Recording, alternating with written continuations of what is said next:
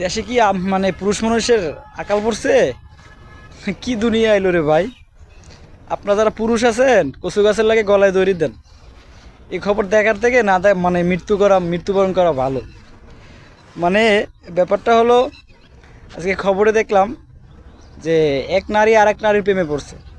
এক নারী কি করছে, তার সন্তান স্বামী সব ফালাইয়া ওই নারীর কাছে চলে আসছে, আর ওনার কাছে সারা জীবন থাকতে চায়।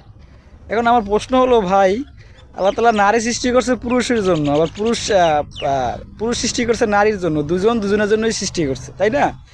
এখন যদি কোনো নারী আরেক নারীর প্রেমে পড়ে, আরেক পুরুষ ফালাইয়া যদি নারীর কাছে চলে যায়, তাহলে সমাজটা কই গেল? এখন তাদের পরিচয় নাকি আবার ফেসবুক টিকটকে।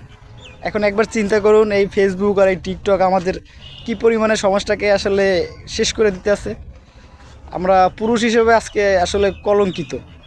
কিছু বলার নাই ভাই, এইসব খবর আসলে মর্মাহত করে খুব।